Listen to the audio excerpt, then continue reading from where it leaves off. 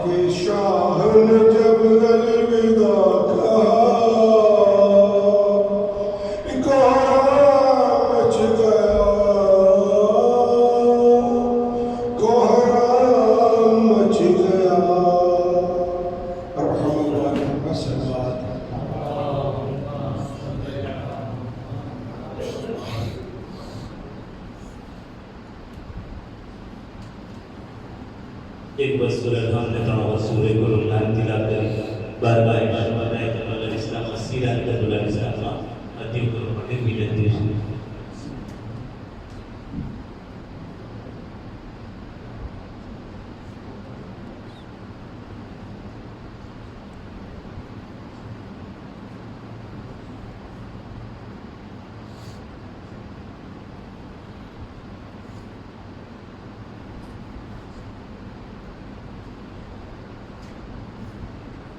فاتحہ سے مرحوم کا نام درج ہے ایک بستر ہم نے تنفس کل اللہ نے ملا کر مرحومہ روشن بانو بنت داؤد علی مرحومہ مریم بن غلام حسین یوسف کی گناہ ثواب ہے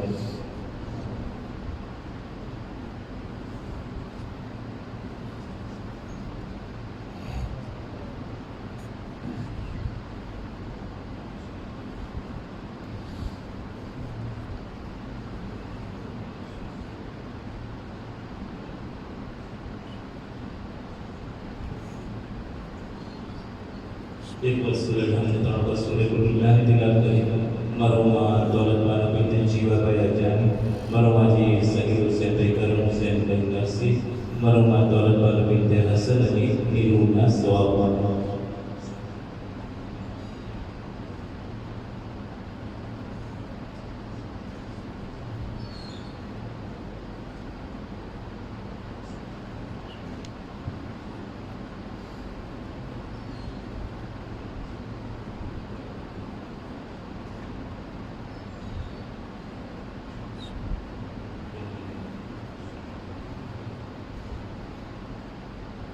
مجلس سے حضرت امام حسین علیہ السلام پر محمد و آل محمد آواز بلند صلوات صلی علی محمد و آل محمد امام زمان علیہ السلام کا آواز ہے بلند صلوات اللہم صلی علی محمد و آل محمد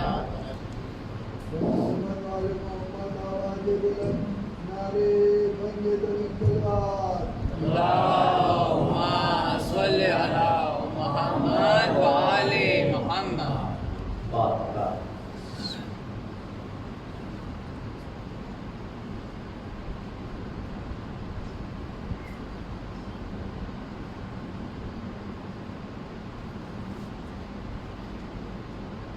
لا حول ولا قوة إلا بالله العلي العظيم أعوذ بالله من الشيطان اللعين الرجيم بسم الله الرحمن الرحيم الحمد لله رب العالمين الصلاة والسلام على أشرف الأنبياء والمرسلين خاتم النبيين سيدنا ومولانا أبي القاسم محمد اللہم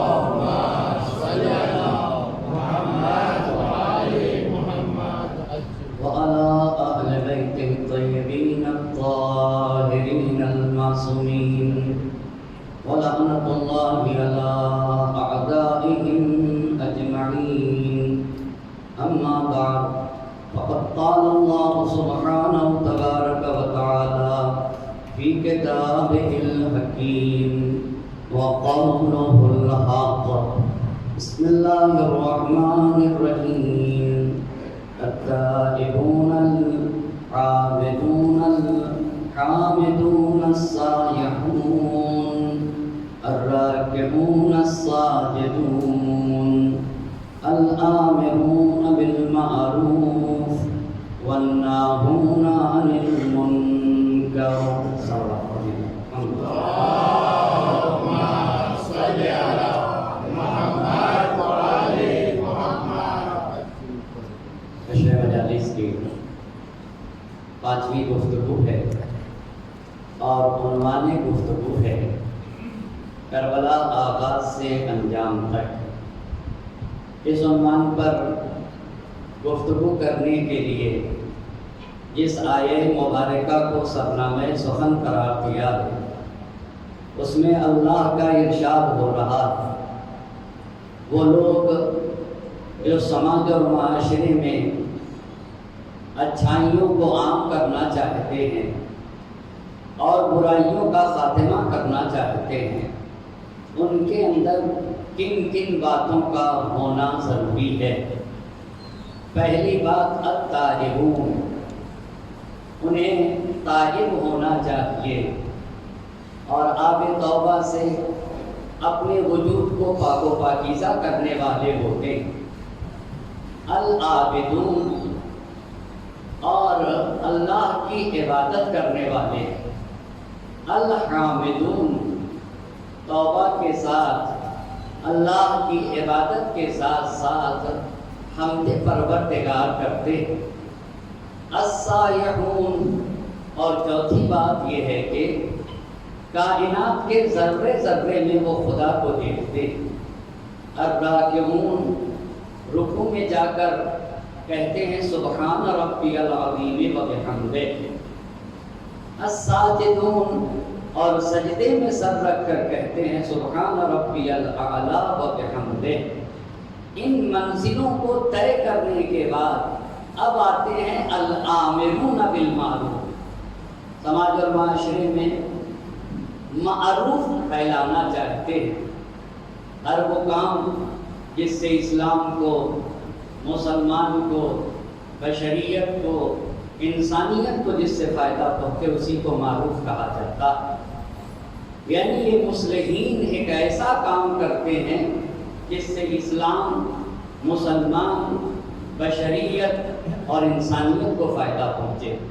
وَالنَّاهُونَ عَنِ الْمُنْكَرِ اور ہر اس چیز کا خاتمہ کرنا چاہتے ہیں جس سے اسلام کو، مسلمان کو، انسانیت کو اور بشریت کو نقصان پہنچے۔ یہی کاروان سید الشہداء، یہ وہ مصلح اعظم ہیں حسین، جو ایک مختصر سا قافلہ لے کے چلے اور اس مختصر سے قافلے میں اولاد ابو طالب ہیں، اولاد ابو طالب کے سوا دوسرا کوئی بھی نہیں۔ ہاں ام ہانی جو مولا کی بہن ہے وہ مدینے میں ہے، عبداللہ ابن جعفر مدینے میں، محمد حنفیہ مدینے میں، اس کے سوا اولاد ابو طالب جو بھی ہیں سب امام عالی مقام کے ساتھ مدینے سے نکل چکے۔ حسین کا قافلہ مکہ مکرمہ پہنچ چکا، مکہ مکرمہ میں شیب علی علیہ السلام میں آپ قیام پذیر ہوئے۔ 3 شعبان سن 60 ہجری میں آپ کا قافلہ مکہ مکرمہ میں پہنچا۔ اب جب آپ نے مکے میں قیام کیا ہے، توجہ کریے گا، اور امیر شام کا انتقال ہو چکا ہے۔ امیر شام کے انتقال کے بعد بھی مکے کا گورنر بدل دیا گیا اور مدینے کا گورنر ولید بھی بدل دیا گیا۔ اب مکے اور مدینے کا گورنر ہے عمرو بن سعید بن عاص، یہ مکے کا بھی گورنر ہے اور مدینے کا بھی گورنر ہے۔ بصرے کا گورنر ہے عبید اللہ ابن زیاد اور کوفے کا گورنر ہے نعمان بن بشیر۔ ابھی یہ بھی بدلے گا، نعمان بن بشیر بھی آگے چل کے بدلے گا۔ جب مسلم ابن عقیل کوفے آئیں گے تو نعمان بن بشیر کو بھی ہٹایا جائے گا، اور نتیجے میں عبید اللہ ابن زیاد کو بصرے اور کوفے دونوں کی حکومت دے دی جائے گی۔ اب توجہ کریے گا، بس حاکم ہے عمرو بن سعید۔ امام حسین علیہ السلام جب مکے میں پہنچے تو اب لوگ، حج کا زمانہ قریب، تمام ممالک اسلامیہ سے حاجی آ رہے ہیں۔ جب دیکھا یہ کہ حسین مکے میں ہے تو اب سب لوگ صبح و شام امام حسین علیہ السلام کے پاس آتے ہیں۔ عبداللہ ابن زبیر بھی امام کے پاس آتا۔ بہت توجہ کریے گا، امام حسین علیہ السلام مکے میں نماز جماعت بھی قائم کر رہے تھے۔ مکے کا حاکم کون ہے اس وقت؟ عمرو بن سعید بن عاص۔ اس نے یزید کو خط لکھ دیا اور خط میں یہ لکھا کہ حسین کے پاس لوگ گروہ در گروہ آ رہے ہیں اور حسین یہاں نماز جماعت بھی قائم کرتے ہیں۔ تو یزید کے پاس جب عمرو بن سعید نے خط میں شکایت کی کہ مکے کے حالات ایسے ہو رہے ہیں، تو یزید نے عبداللہ ابن عباس کو خط لکھا۔ عبداللہ ابن عباس کون ہو جائیں گے؟ رسول خدا کے چچا زاد بھائی، یعنی رسول خدا کے چچا کے ایک لڑکے عبداللہ ہیں۔ عبداللہ ابن عباس مکے میں ہیں لیکن آنکھوں سے دکھتا نہیں۔ یزید نے عبداللہ ابن عباس کو خط لکھا، خط میں یہ لکھا کہ ہم نے سنا ہے کہ حسین نے مدینہ چھوڑ کے مکہ چلے آئے، اور اہل مشرق نے حسین کے دل میں خلافت کی لالچ ڈال دی ہے۔ اگر حسین نے، توجہ کریے گا، ہمارے خلاف قیام کیا تو انہوں نے رشتہ داری کا خیال نہ کیا۔ رشتہ داری کیا ہے کہ تھی؟ سب قریش تھے، چاہے بنی امیہ ہوں یا بنی ہاشم ہوں۔ اسی اور دن قریش کو عرض کروں گا آپ کی خدمت میں، یہ دونوں اوپر جا کے قریش تھے، لہذا دونوں کا قبیلہ ایک، بعد میں جا کے الگ الگ ہوا، ایک قبیلہ ہوا بنی ہاشم اور ایک ہوا بنی امیہ۔ اس کے بعد عبداللہ ابن عباس کو اس نے جو الفاظ ہیں یہ غور کریے گا، آپ بزرگی خاندان ہیں، ہم اور آپ کے ساتھ بھی ہو سکتا ہے۔ یزید کہتا ہے کہ آپ خاندان کے بزرگ ہیں، آپ تجربے کار ہیں اور آپ ان کی توجہات کا مرکز ہیں۔ آدمی کو کبھی کبھی اس طرح سے بھی چڑھایا جاتا ہے۔ اسی لیے میرے ساتویں امام نے کہا کہ اگر تمہارے ہاتھ میں اخروٹ ہو، یہ ساتویں امام کی حدیث ہے، اگر تمہارے ہاتھ میں اخروٹ ہو اور لوگ کہیں کہ لولو و مرجان ہے تو تمہیں کیا کرنا چاہیے؟ بھئی اخروٹ لوگوں کے کہنے سے لولو و مرجان نہیں ہوتا، اخروٹ اخروٹ رہے گا۔ اور اگر میرے ہاتھ میں لولو و مرجان ہے، مولا نے کہا، اور لوگ کہیں اخروٹ، تو کیا لولو و مرجان لوگوں کے اخروٹ کہنے سے اخروٹ ہو جائے گا؟ میں اور آسان سی مثال دوں، بات واضح۔ مثال کے طور پہ مجھے کچھ بھی نہیں آتا، میں جاہل ہوں، اور لوگ کہیں آپ علامہ ہیں، لوگ کہیں آپ علامہ ہیں، تو کیا لوگوں کے کہنے سے میں علامہ ہو جاؤں گا؟ بالکل نہیں۔ اسی لیے کبھی بھی دھوکہ نہیں کھانا چاہیے۔ اور اگر ایک انسان عالم ہے، لوگ اسے جاہل کہہ رہے ہیں، تو کیا لوگوں کے کہنے سے عالم جاہل ہو جائے گا؟ ممکن نہیں ہے۔ اسی لیے دوسرے میرے بارے میں کیا فیصلہ کرتے ہیں، ان سے بہت زیادہ متاثر ہونے کی ضرورت نہیں ہے۔ اگر ہم دوسرے کے فیصلے سے متاثر ہو گئے تو آگے نہ بڑھ سکیں گے۔ یزید نے ابن عباس کو کیا لکھا کہ آپ خاندان کے بزرگ ہیں، آپ تجربے کار ہیں اور آپ خاندان کی توجہات کا مرکز ہیں، حسین کو تفرقہ سے بچا لیجئے۔ ابن عباس نے یزید کو خط لکھ دیا، کہا کہ میرے اعتبار سے حسین کے ہاں کوئی ایسی بات نہیں پائی جاتی ہے جو تمہارے خوشی کے خلاف ہو، جس سے تم ناراض ہو، اور میں وہ کام کروں گا جس سے اتحاد باقی رہے، اختلاف ختم ہو جائے۔ عبداللہ ابن عباس نے یزید کے خط کا یہ جواب دیا۔ پھر یزید نے ایک خط لکھا مکے اور مدینہ میں موجود بنی ہاشم کے نام۔ وہ خط امام حسین تک پہنچا، امام حسین علیہ السلام نے اس خط کا جواب دیا، مگر خط کے جواب میں قرآن کی صرف ایک آیت لکھی۔ یزید نے یہ کہا تھا کہ اگر حسین میرے خلاف کھڑے ہو گئے تو رشتہ داری ٹوٹ جائے گی۔ امام علی مقام نے ایک آیت لکھی جس کا مطلب یہ تھا کہ ایمان اور کفر کا کوئی رشتہ نہیں۔ تب تم کیسے رشتہ داری کی بات کر رہے ہو؟ مومن مومن کا بھائی ہوتا ہے، مسلمان مسلمان کا بھائی ہوتا ہے، کفر اور ایمان کا کوئی رشتہ نہیں ہوتا۔ امام نے خط لکھ دیا۔ اب توجہ کریے گا، خط لکھ دیا مگر اب بھی امام علی مقام مکے میں ہیں۔ عبداللہ ابن عمر مکے آیا ہوا ہے، یہی تو بات چھوڑی تھی، مکے آیا ہوا ہے پہلے سے۔ کس لیے آیا تھا؟ آیا تھا عمرہ مستحبی عمرہ کرنے کے لیے اور بھی کسی کام سے۔ اب جب یہ عبداللہ ابن عمر مکے سے مدینے واپس جانے لگا تو کہتا ہے لاؤ حسین سے مل لیتے ہیں۔ امام سے اب ملنے آیا ہے، اب اسی ملاقات کو اور ان چہروں کو پڑھنے کی ضرورت ہے تاکہ حسین کی کربلا اچھی طرح سے واضح ہو سکے۔ اب توجہ کریے گا، عبداللہ ابن عمر حسین علیہ السلام کے پاس آیا، آ کر کہتا ہے ترتیب سے باتوں کو عرض کرنا چاہوں گا، کہتا ہے آپ یزید سے صلح کر لیجئے اور یزید کے ہاتھ پہ بیعت کر لیجئے، پہلی بات۔ پھر امام کو ڈرا بھی رہا ہے، دوسری بات ڈرا کیا رہا؟ اگر یزید کی آپ نے مخالفت کی تو بہت بڑا خطرہ ہے۔ کیوں خطرہ ہے؟ کا سارے مسلمانوں نے یزید کے ہاتھ پہ بیعت کر لی ہے، پہلی بات، اور یزید کے پاس درہم و دینار ہے۔ اگر آپ نے یزید کی مخالفت کی، بہت غور کریے گا، یزید کی مخالفت اگر آپ نے کی تو آپ کا بھی خون رہے گا اور کچھ لوگوں کا خون بہے گا۔ دو باتیں۔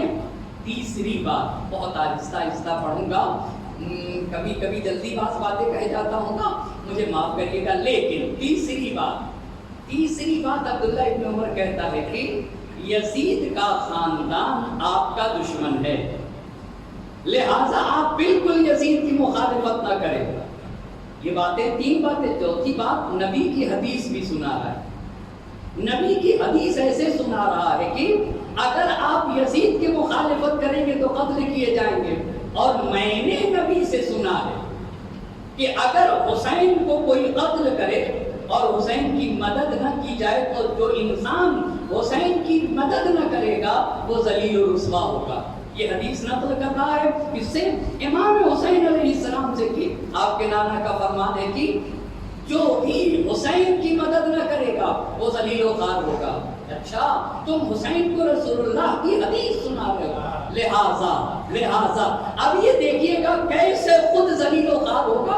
اسی کو میں بتانا چاہوں گا، ان کے حقیقی چہروں کو پڑھنے کی ضرورت ہے، لہذا آپ یزید کے ہاتھوں پہ بیعت کر لیجئے اور صلح کر لیجئے۔ یہ تو ہو گئی بات۔ امام نے اس کے جواب میں جانتے کیا کہا؟ جن لوگوں نے جیسا ہوتا تھا آدمی ویسا جواب۔ امام نے کہا کہ تمہیں پتہ نہیں دنیا کتنی پست ہو چکی ہے کہ ایک برگزیدہ نبی کا سر، یحییٰ نبی کا سر بدن سے جدا کر کے بنی اسرائیل کے زناکار میں سے ایک زانی کے پاس بھیجا گیا۔ یہ پہلی بات امام علی مقام نے عبداللہ ابن عمر سے کہی۔ دوسری بات عبداللہ ابن عمر سے کہی کہ بنی اسرائیل اس حد تک گر گئے تھے کہ 1.5 گھنٹے کے اندر طلوع فجر سے طلوع خورشید کے درمیان، یعنی نماز صبح کا وقت ہو اور سورج نکلنے کے درمیان 70 نبیوں کو قتل کرتے تھے، اور قتل کرنے کے بعد اپنے کوچے اور گلی اور دکان پہ بیٹھ جاتے تھے، ایسا جیسا انہوں نے کچھ کیا ہی نہیں۔ پھر امام نے اس سے کہا مگر پھر بھی اللہ نے ان پر عذاب نازل کرنے میں جلدی نہیں کی، اور اللہ نے انہیں مہلت دی بنی اسرائیل کو، اسے سکھا۔ لیکن عبداللہ ابن عمر ایسا نہیں ہے کہ اللہ بدلہ نہیں لے گا، اللہ بدلہ ضرور لے گا۔ اس کے بعد عبداللہ ابن عمر کو 2 باتیں کی۔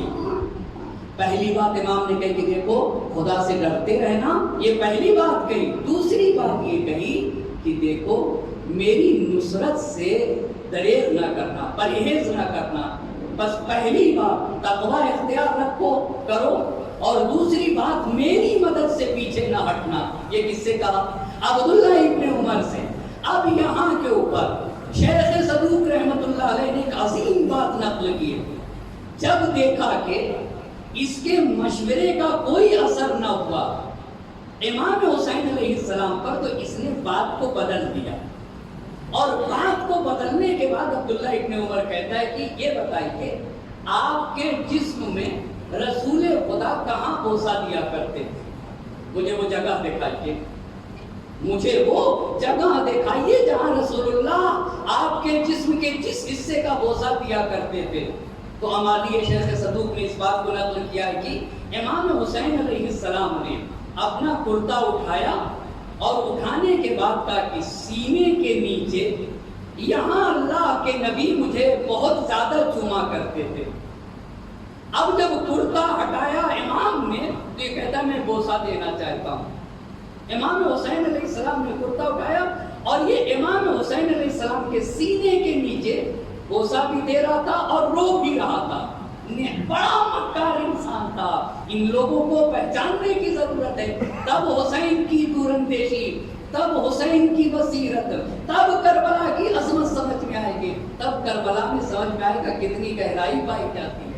اور میں اپنے محترم مجمع سے کہنا چاہوں گا کہ کربلا کو اتنا عمیق ہونا ہی چاہیے فرش عزا کو، تاکہ عظمت حسینی کا ایک حد تک، نہیں کہ مکمل کون کہہ سکتا ہے کہ حسین کی عظمت کا اندازہ لگایا جا سکتا ہے، جس حد تک ہو سکے حسین کی عظمت کا۔ اچھا، چوم رہا تھا امام کے سینے کے نیچے، اور زار زار رو رہا تھا. پھر امام سے کہتا ہے, بہت غور کریے گا, استودعک یا ابا عبداللہ, اے حسین میں آپ کو خدا کے سپرد کرتا ہوں, میں چلا خدا حافظ اس لیے کی. بہت غور کریے گا, یہ دیکھیں کہہ رہے جو نصرت نہیں کرے گا وہ ذلیل ہوگا. ادھر امام اس سے کہہ رہے میری نصرت سے دریغ نہ کرنا, میری مدد کرتے رہنا. ادھر یہ رسول اللہ کی بوسہ گاہ کا بھی بوسہ لے رہا ہے اور رو بھی رہا ہے, اور پھر حسین سے کہہ رہا ہے کہ خدا حافظ اس لیے خدا حافظ کر رہا ہوں کہ آپ اس سفر میں قتل کیے جائیں گے. ایک صلوات پڑھتے پر محمد و آل محمد.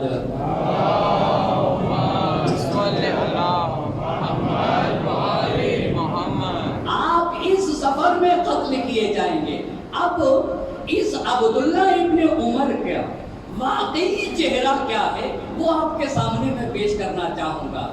اس نے بھی جب امیر شام نے یزید کی جانشینی کا اعلان کیا تو اس نے مخالفت کی تھی یا نہیں کی تھی؟ اس نے بھی مخالفت کی تھی, مگر زبان سے کہنا اور ہے اور دل کی بات یہ تو زمانہ گزرنے کے بعد پتا چلے گا. آج عبداللہ ابن زبیر کا بھی حال معلوم ہوگا اور خوب اچھی طرح سے سمجھ میں آئے گا. پہلے عبداللہ ابن عمر کو سمجھیے. عبداللہ ابن عمر اور ایک صلوات پڑھتے پر محمد اور آل محمد.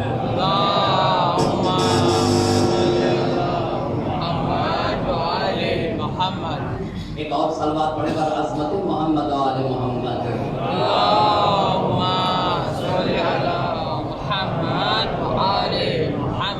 عبداللہ ابن عمر اور امیر المومنین علی علیہ السلام کی مخالفت. اب اسے غور کریے گا. سن 35 ہجری میں جب تیسرے خلیفہ کا انتقال ہو جاتا ہے, کتنی ہجری میں تیسرے خلیفہ کا انتقال ہوتا ہے؟ 35 ہجری 35 میں تیسرے خلیفہ کا انتقال ہو جاتا ہے. تیسرے خلیفہ کے انتقال کے بعد تمام مسلمان مولا کے ہاتھوں پہ بیعت کرتے ہیں اور مکمل رضایت کے ساتھ. صرف 7 لوگ تاریخ میں ایسے ہیں جنہوں نے مولا کے ہاتھ پہ بیعت نہیں کی. کتنے لوگ ہیں؟ جبکہ سارے مسلمانوں نے بیعت کی ہے. بیعت نہ کرنے والوں میں 7 لوگ ہیں. جس نے علی مرتضیٰ کے ہاتھوں پہ بیعت نہ کی ان میں سے ایک, بہت توجہ کریں گے میرا مجمع, ان میں سے ایک یہی عبداللہ ابن عمر ہے. عبداللہ ابن عمر جس نے مولا کے اس 5 سالہ زمانے حکومت میں اور زمانے خلافت میں مکمل اس نے مولا کی بیعت کی. بہانہ کیا تھا؟ بہانہ کیا تھا؟ اس سے پہلے مالک اشتر کی بات کو نقل کروں. جب مولا کے ہاتھوں پہ اس نے بیعت نہ کی تو مالک اشتر نے کہا کہ آقا پتہ ہے اس نے کیوں نہیں بیعت کیا؟ کہا کیا؟ کہا اس نے کہ اس کو آپ کے تازیانے اور آپ کی تلوار سے ڈر نہیں ہے. اگر آپ کہیں, مالک اشتر نے مولا کائنات سے کہا, اگر آپ کہیں تو میں اس پہ دباؤ ڈالوں اور یہ آپ کی آ کے بیعت کرے. تو میرے مولا نے کہا نہیں. میرے مولا نے کہا نہیں, یہ اسی کو جوان مردی کہا جاتا ہے, اسی کو شجاعت کہا جاتا ہے. نہیں, میں چاہتا ہوں کہ مکمل آزادی کے ساتھ جس کو دل چاہے وہ ہاتھوں پہ بیعت کرے اور جسے دل چاہے ہاتھوں پہ بیعت نہ کرے. تو اس نے نہ کیے. بہانہ کیا تھا اس کا؟ اس کا بہانہ کیا تھا؟ بہانہ یہ تھا کہ جب سب لوگ کر لیں گے, یعنی 7 میں سے اگر 6 لوگ کر لیں گے تو سب سے آخری میں کروں گا. اچھا, سب سے آخر میں زندگی میں مولا کی اس 5 سالہ زمانے خلافت پہ اس نے بیعت نہ کی مولا کے ہاتھوں پہ. اچھا, مولا کی شہادت واقع ہو جاتی ہے. کب شہادت ہوئی؟ سن 40 ہجری میں. اس کے بعد امام حسن علیہ السلام آتے. امام حسن علیہ السلام کی صلح ہوتی ہے. کس کے ساتھ؟ صلح امام حسن کس کے ساتھ ہے؟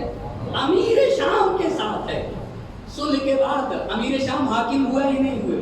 امیر شام حاکم, جیسے امیر شام حاکم بنا فوراً اس نے امیر شام کے ہاتھوں پہ بیعت کر دی.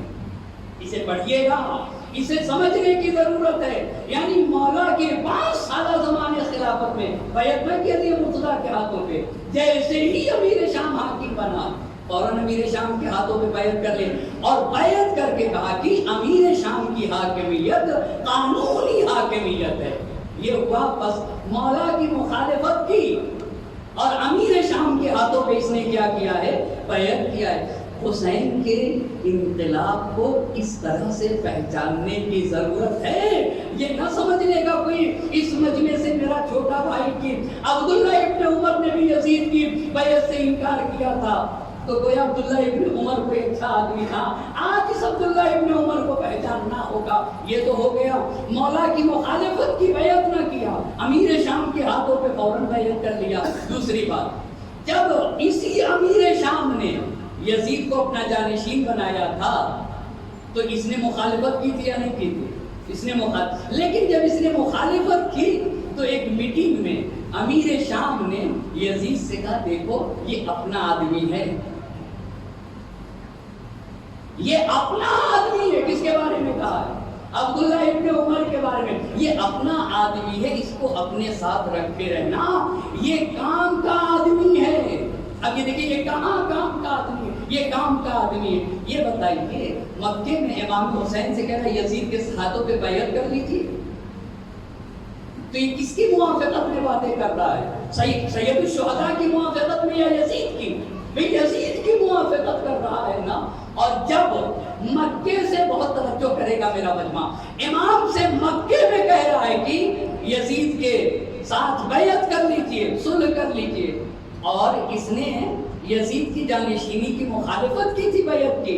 جیسے ہی امام کو ادھر کہہ رہا کہ آپ بیعت کریے, مکے سے مدینہ آیا, آتے اس نے فوراً یزید کو خط لکھا اور کہا میں دل و جان سے بیعت کرتا ہوں. اور کیسی بیعت کی ہے عبداللہ ابن عمر نے یزید کے ہاتھوں پہ؟ آپ کو پتا ہے مدینے میں انقلاب کب آیا؟ بتا سکتا ہے کوئی؟ واقعہ حرہ کے موقع پر, جب مدینے میں یہ جو واقعہ حرہ ہوا اس وقت کی بات ہے, امام کی شہادت کے بعد مدینے میں ایک ایسا وقت آیا کہ مدینے میں انقلاب رونما ہوا. مدینے میں جب انقلاب آیا تو اس وقت مدینے کا گورنر تھا عثمان بن محمد, اس کو مدینے سے نکال کے باہر کر دیا گیا. اس کو عثمان بن محمد کو مدینے سے نکال کے باہر کر دیا گیا. اب مدینے میں ایک انقلاب, کس کے خلاف؟ کس کے خلاف؟ یزید کے خلاف. اس لیے کہ یزید کا گورنر تھا, مدینے والوں نے اس کو باہر نکالا. جب باہر نکال رہے تھے تو یہ مدینے میں موجود تھا کون؟ عبداللہ ابن عمر. اس نے اپنے قبیلے کو جمع کیا, قبیلے والوں کو جمع کرنے کے بعد ایک تقریر کی, کہا میں نے رسول اللہ سے سنا ہے. کیا سنا ہے تم نے رسول اللہ سے؟ کہا جو لوگ عہد و پیمان کرنے کے بعد, بیعت کرنے کے بعد توڑ دیتے ہیں بیعت کو, ان کے لیے قیامت میں ایک پرچم لہرائے گا اور وہ پرچم یہ کہے گا کہ ان لوگوں نے بیعت کر کے توڑ دیا. اور پھر اپنی قوم سے کہتا ہے تم سب نے یزید کے ہاتھوں پہ بیعت کی ہے, اگر تم نے یزید کی بیعت کر کے بیعت کو توڑ دیا تو تمہارے لیے وہ پرچم لہرائے گا اور کہے گا انہوں نے یزید کی بیعت کر کے یزید کی بیعت کو توڑ دیا. کہ میرے نزدیک سب سے بری بات یہ ہے کہ یزید کی بیعت کر کے تم یزید کی بیعت کو توڑ دو. اگر تم نے یزید کی بیعت کر کے بیعت کو توڑ دیا تو میرے اور تمہارے درمیان کوئی رشتہ نہیں. اتنے مستحکم طریقے سے اس نے جانشینی یزید کا انکار کیا. اور اب آپ دیکھیے جب مدینے میں تو کیسی بیعت کی ہے, کہ اگر میرے خاندان کا کوئی بھی آدمی یزید کی بیعت کر کے اگر بیعت کر کے بیعت کو توڑتا ہے تو بھی میرے اور اس کے درمیان کوئی رشتہ نہ ہوگا. ایک صلوات پڑھنے پر محمد اور آل محمد.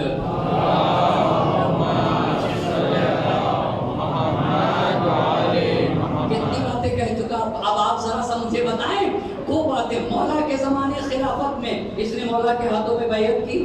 نہیں بیعت کی. یزید کی بیعت کی یا نہیں کی؟ یزید کی کیسی بیعت کی کہ اپنے خاندان والوں سے کہہ رہا ہے کہ اگر یزید کی بیعت کو توڑا تو پھر تمہارا اور میرا رشتہ نہیں ہوگا. اب آئیے یزید کے بعد جو حاکم بنا ہے بنی امیہ میں عبد الملک بن مروان ہے. اس کا بیٹا تو مختصر دنوں کے لیے تاریخ نے لکھا یا 40 دن یا 4 مہینے کے لیے.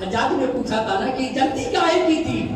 کہا میں ڈرا کہ کہیں اسی رات میں مر جاؤں، اور نبی کی یہ حدیث مجھ پہ صادق آئے کہ میرے سر پہ کوئی امام نہیں تھا، بغیر امام کے میری موت ہو جائے تو جاہلیت کی موت کہلائے گی۔ تو آپ کو پتا ہے، سمجھ گئے نا بات؟ یعنی اگر حجاج کے، اگر عبد الملک بن مروان کے ہاتھوں پہ بیعت نہیں کرتا ہوں ابھی، تو یہ رات بغیر امام کے ہوگی، اور اگر مر گیا تو کیسی موت ہوگی؟ جاہلیت کی۔ اس لیے آیا تو حجاج کہتا ہے کہ علی مرتضیٰ کے زمانے حکومت میں یہ حدیث کہاں تھی؟ بہت غور کریے گا، یہ خدا ہے عزیزان محترم، ایسے ذلیل و رسوا کرتا ہے۔ اب سنیے گا، علی مرتضیٰ کے زمانے میں یہ حدیث نہیں آتی، حدیث نہیں۔ تو آپ کو پتا ہے بیعت ہاتھ پہ کی جاتی ہے۔ اب مجھے بہت معاف کریے گا، اپنی چادر سے اپنا پیر نکالتا ہے، اپنی چادر سے اپنا پیر نکالتا ہے، کہا ہاتھ پہ بیعت نہ کر، لے میرے پیر کو چوم لے، میرے پیر پہ بیعت کر۔ عزیزان محترم، یہی ہوگا جب علی مرتضیٰ کے ہاتھوں پہ بیعت نہ کی جائے گی تو ان کے پیر ہی چومنا پڑے گا۔ ایک صلوات پڑھے پر محمد اور آل محمد۔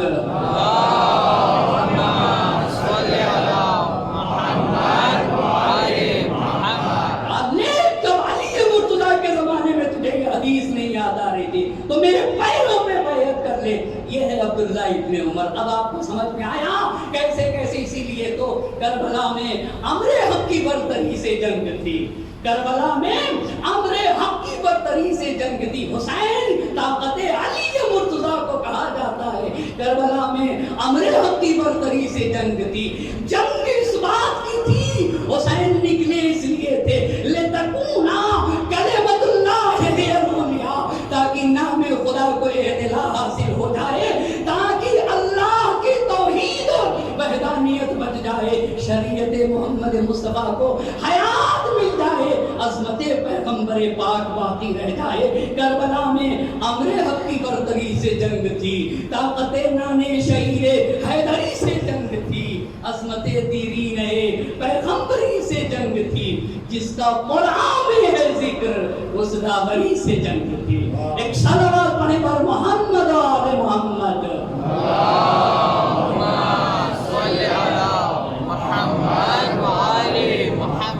جی ہاں، جب اہل بیت کا دامن چھوڑ دیا جائے گا نا، اب آپ یہ بتائیے، حدیث سنایا تھا نا اس نے، کون سی حدیث؟ جو حسین کی مدد نہ کرے گا وہ ذلیل و رسوا ہوگا۔ ابھی سنا کے آیا تھا سید الشہداء کو، ہوا یا نہیں ہوا؟ تم یہاں بھی ذلیل ہو، وہاں بھی ذلیل۔ یہ پہلی ملاقات ہے۔ مکے میں کس کی ملاقات تھی؟ عبداللہ ابن عمر کی۔ بس عبداللہ ابن عمر کی تو حقیقت واضح ہو گئی۔ اب یہ عبداللہ ابن زبیر کون ہے؟ آپ بتائیے کون ہے؟ زبیر کون؟ رسول خدا کی پھوپھی کا بیٹا ہے زبیر۔ کون؟ زبیر کون؟ رسول خدا کی پھوپھی کا بیٹا ہے زبیر۔ اور عبداللہ ابن زبیر، یہ زبیر کا بیٹا ہے۔ اب توجہ کریے گا، عبداللہ ابن زبیر کی ماں کون ہے؟ ماں کون؟ تو زبیر تو باپ ہو گئے، زبیر باپ ہوئے یا نہیں ہوئے؟ ماں کون ہے؟ اسما ذات النطاقین۔ کیا؟ اسما ذات النطاقین۔ یہ کون ہے؟ حضرت عائشہ کی بہن۔ کون ہے یہ؟ حضرت عائشہ کی بہن اور حضرت ابوبکر کی بیٹی۔ سمجھ میں آئی بات آپ کو؟ تو یہ بتائیے عبداللہ ابن زبیر کی حضرت عائشہ کیا ہوگی؟ اماں کی بہن کو کیا کہتے ہیں؟ جی ایک صلوات پڑھنے پر محمد اور آل محمد۔ اللہم صلی علی محمد و آل محمد۔ تو یہ حضرت عائشہ اس کی خالہ ہوئی۔ کس کی؟ عبداللہ ابن زبیر کی خالہ ہے حضرت عائشہ۔ زبیر ان کے کیا ہیں؟ باپ ہے۔ آپ کو پتا عبداللہ ابن زبیر کون ہے؟ اپنے باپ کو حسلا کے جنگ جمل میں لانے والا یہی کون؟ عبداللہ ابن زبیر۔ اپنی خالہ کو حضرت حضرت عائشہ اپنی خالہ کو جنگ جمل میں لانے والا کون؟ عبداللہ ابن زبیر جنگ جمل کا پانی عبداللہ ابن زبیر جنگ جمل کیوں ہوئی تھی؟ جنگ جمل کیوں ہوئی تھی؟ تاکہ علی کو صفحہ ہستی سے مٹا دیا جائے. یہ جنگ جمل اس لیے ہوئی تھی کہ علی مرتضیٰ زمین پہ نہ رہے. بہت توجہ کریے گا. مگر عظمت حسین کو پہچانو. اللہ اللہ، ہاں علی مرتضیٰ کو مٹانا چاہتا تھا صفحہ ہستی سے، لیکن جب عبداللہ ابن زبیر حسین سے ملا ہے تو ایک مرتبہ بھی امام حسین نے نہیں کہا کہ تم نے جنگ جمل میں میرے باپ کے خلاف کھڑے تھے. ایک مرتبہ نہیں. اسی کو جمع مرد کہا جاتا ہے. اسی انسان کو کریم اور جمع مرد کہا جاتا ہے. اب عبداللہ ابن زبیر امام کے پاس آتا ہے. کہاں کے اوپر؟ کہاں پہ؟ مکہ مکرمہ میں. امام کے پاس آ کے کہتا ہے، بہت غور سے توجہ کریے گا، یہ سمجھ میں آئے گا جب عبداللہ ابن زبیر کون ہے. آ کے امام عالی مقام سے کہتا ہے کہ یہ بتائیے، نہیں معلوم. یہ امام کے اس کے الفاظ ہیں عبداللہ ابن زبیر کے. بس عبداللہ ابن زبیر تو سمجھ میں آ گیا نا جی، سمجھ میں آ گیا. زبیر کا بیٹا، ان کی ماں اسماء ذات النطاقین حضرت ابوبکر کی بیٹی ہیں، اور حضرت عائشہ ان کی کیا ہیں؟ خالہ ہیں. جنگ جمل کا بانی یہی، اپنے باپ اور اپنی خالہ کو جنگ جمل میں لانے والا یہی، اور یہی چاہتا تھا کہ علی کو صفحہ ہستی سے مٹا دیا جائے. میرا مجمع، یہ تاریخی حقائق ہیں جن کا فرد کو جاننا ضروری ہے عزیزان محترم. جب تک ان باتوں کو نہ جانا جائے گا. اب یہیں پہ رک کے میں ایک چھوٹا سا طالب علم آپ سے یہ تو بات کہہ سکتا ہوں. آپ اشرے کراتے ہیں، مجلس سید الشہداء برپا کرتے ہیں. عزیزان محترم، مجھے ایک چھوٹے سے طالب علم کا یہ کہنا ہے کہ ہاں، ایک ایسا بھی اہتمام کرے سید الشہداء کا کہ زندگی بھر میں پوری کربلا تو سن لے اگر پڑھ نہیں سکتا. آپ جا کے سوچئے گا کتنے پیسے لگتے، کتنا وقت لگایا جاتا ہے اور کتنا اہتمام کیا جاتا ہے. کیا ہم اور آپ ایام ازا کے علاوہ کبھی اتنا بڑا مجمع مل سکے گا؟